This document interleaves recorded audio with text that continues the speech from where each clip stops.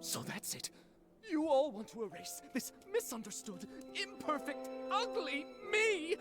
But from this moment on, my art is no longer an act. It is existence itself! Excuse us, Mr. Leon. Could we ask you a few questions? An interview? I oblige. You could call it that. We just want to ask what you were doing when all the PCs were poisoned. Normally, I'd be by the window, watching the sunset. The break of day. You see, an artist's mind will always paint in a few more details that extend beyond reality. Didn't you get a bottle of Dawn's first light? Let me smell! Let me smell! Oh, goodness. Wait. I remember now. I went to get my bottle of detergent, then headed back to the barrel home to meditate, and to draw myself a bath.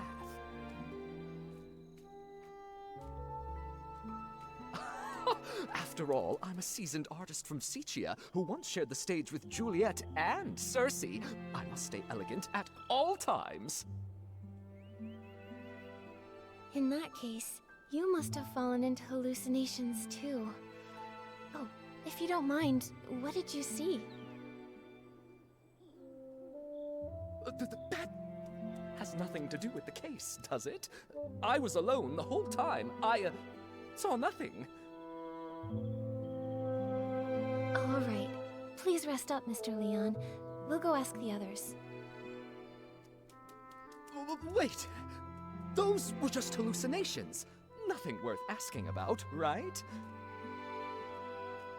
Oh, but Pommy was awake at the time.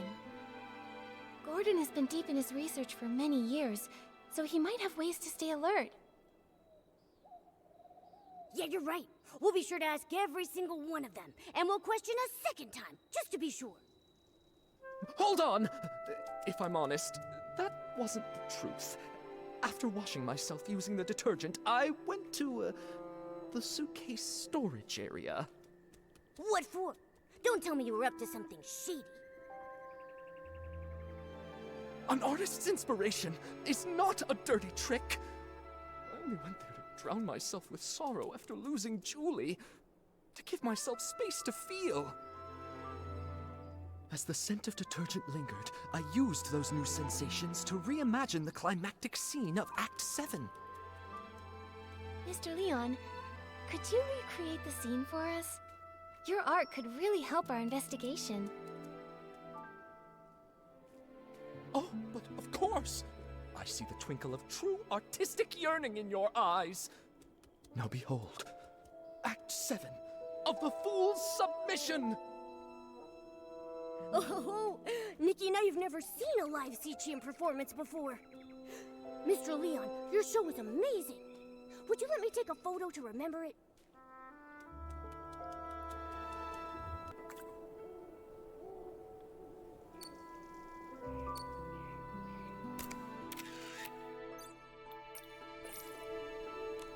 You'd rather embrace a perfect lie than accept the raw truth I bring? Well, what is it? Do you not feel your hearts being moved by my words? What a performance. He's so full of conviction. And very helpful to our investigation. Looks like your shadow is an upside-down PC, just like the witnesses said. What? Who dares desecrate my art? Attempted murder upon the artistic spirit! Was it that lady guarding the suitcase? Or that clumsy little rascal hauling all those bottles and jars? Could it be Leora? The tragedy of Siccia! A betrayal from a fellow country spirit cuts deeper than the booze of the crowd! Whoa, calm down. Nope, it wasn't Leora. But can I ask why you would assume it was her? Don't tell me that you saw her near the suitcase storage area at the time. Of course! I had no intention of playing the harsh critic, but that scene was more absurd than any absurdist play in existence. Beside that stage I so carefully set, two bumbling performers, Leora and that clumsy rascal, came staggering out like little marionettes with their strings cut. And that lady, fiddling with the air, shouted the most profound line of the show. Juicing is art. I was about to ask her for advice when... I saw a flock of sheep cast off their disguises and charge toward the curtains. I heard the audience cheer. Welcome, dear colleague. Sounds like that's when you started hallucinating, huh? A very vivid testimony. Thank you, Mr. Leon. Nikki, when we talked to Gordon earlier, didn't he tell us that he saw Leora near the barrel hole? So who's lying here?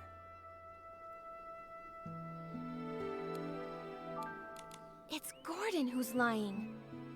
Also present at the scene back then were Squeaky and Belford.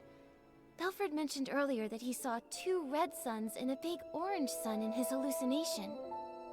If that's referring to Leora's red glasses and her bright orange hair, it all makes sense. Right, but then why would that experiment-obsessed guy give Leora a false alibi? He doesn't even know her. Who says he doesn't? Momo, let's follow him and see if anything is out of the ordinary. We just have to be careful not to alert him. I can't...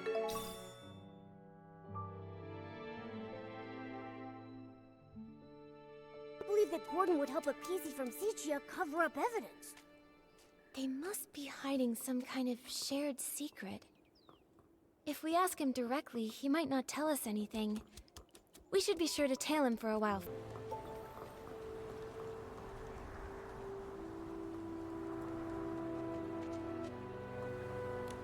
He's really trying to avoid the others. Where is he going? Shh! Nikki, let's follow quietly. If we could snap a photo of them secretly meeting, we'd have the evidence to confront him. Nikki, don't get too close. We don't want them to catch us.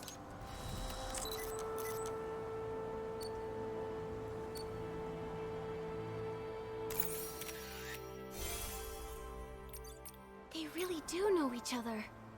Once it's daytime, we'll visit Gordon and ask why he lied. Nikki, what are you doing here?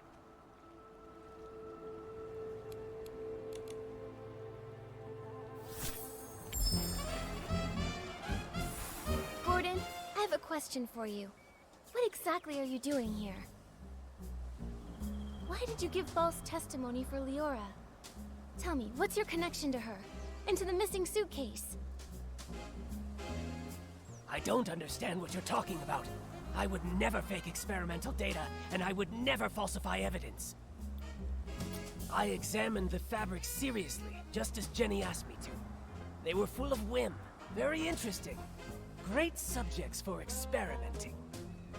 After I applied the Dawn's first light detergent, I saw a PC arranging the venue at the barrel hole.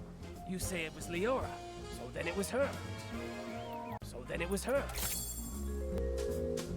Is that so? Mr. Leon doesn't seem to agree with that.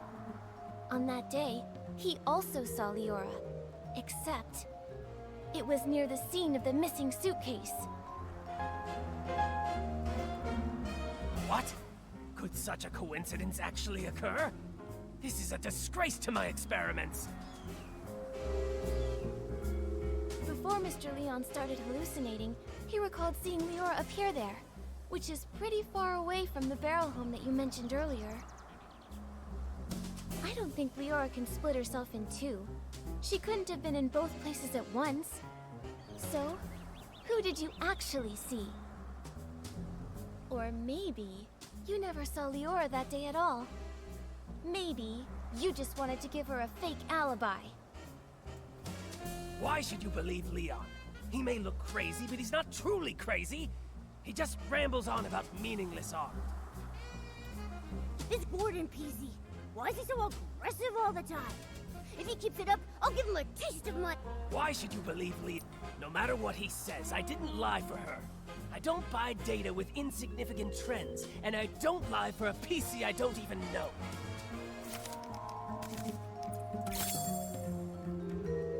This should be more than enough to prove that you and Leora do know each other. Who knows how long you've secretly been in contact? Impossible. The data is flawed. It can't be like this. It can't be!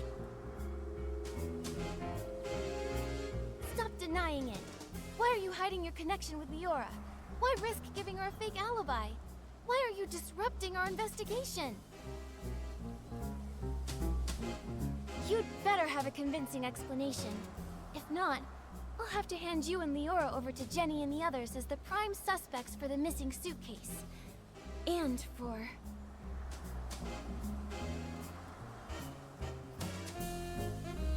the murder of Madame Julie.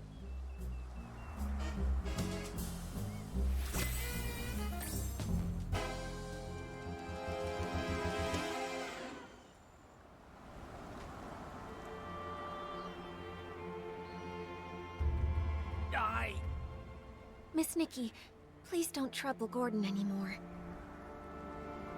Leora... You've been here the whole time? Tell us, what do you two have up your sleeve? I apologize for being deceitful earlier. Please allow me to reintroduce myself to you. I am Cersei, one of Juliet's friends. What? Juliet's close friend back home? The one who died in that accident? That's Cersei? Yes, that's who I once was. Miss Nikki, allow me to share a story. One of Sicia from a century ago. It was the time of flowers before the storm, growth before ruin, an age of indulgence where everything was driven by the spotlight. A girl from Prosperville chased her dream of fame, stepping into the dazzling lights. Never expecting that behind the spotlight grew desire and power, just like a Threadstar costume, concealing the sewn-in corpse of another life inside. You discovered what Threadstar was doing back then? That's right. The dazzling facade was ripped away, and I witnessed the awful darkness lurking beneath, so I started my search. Naive, silly, call me what you'd like. I tried to uncover the truth myself, seeking atonement for my time spent in lavish distraction. But you failed. That was Cersei's fate. A wardrobe burned to ashes, and a vague, mysterious accident. Fortunately, there was more. Cersei left behind a Threadstar costume, and a letter she had meant to send to Juliet, all hidden in a secret safe. Hundreds of years later, Leora was born from that legacy. Now in this body, I've reunited with my old friend. Oh, Madame Julie met you in Sicia. That's the good news she wrote about. But what about the bad news? The true evil of Threadstar still has not faded. Julie was nearly assassinated by its remnants, possibly because we knew too much about them. Luckily, we were together this time, so the two of us set a trap. The choo-choo train arrived in the abandoned district, and Julie... makes her entrance as a box of scraps.